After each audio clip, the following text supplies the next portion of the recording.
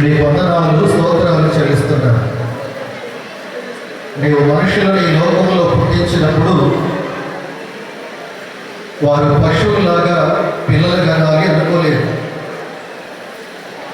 వారు చక్కగా పెళ్లిళ్ళు చేసుకొని అందరి మధ్యలో ఘనంగా సంతోషంగా ఈ వివాహాలు చేసుకొని వారు ఈ లోకంలో బిడ్డలను కని వారిని చక్కగా భయభక్తుల్లో పెంచి ఈ భూమిని నిండించాలి అనే ఆలోచన ఆశ మీలో ఉండగా అట్టి ఆశీర్వాదంతో వారిని ఆశీర్వదించారు.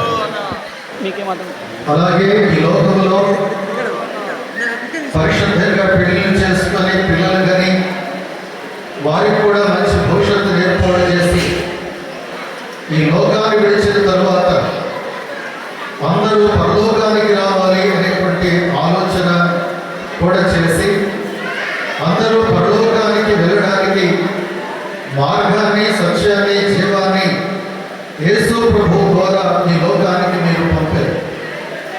ఆ యేసు ప్రభువులో మీరు చక్కగా నిలిచి దైవజనులు చెప్పినటువంటి నియమాలలో వారి ప్రతి నేను మల్లేశ్వరి వారి బంధువులు అందరూ కూడా ప్రేమలాభాలను కలిగి జీవిస్తూ ఈ యవనుల యొక్క కుటుంబాన్ని బలపరచడానికి, సహకరించడానికి సహాయం చేయమని దైవజనులుగా పెద్దలుగా వారి మీద చేతులు ఉంచి ప్రార్థన చేస్తున్నాం. మాతో పాటు వీరిని ఆశీర్వదిస్తూ మరి పరిశుద్ధులు బంధువులు కూడా వారిని ఆశీర్వదిస్తుండగా మీ నిత్యమైన ఆశీర్వాదము మీ చేతులు ఎల్లప్పుడూ వీరికి తోడుగా వచ్చి బలపరిచి నడిపించి దీవించుమని యేసుక్రీస్తు నామములో విశ్వాసముతో ప్రార్థించుతున్నాము తండ్రి.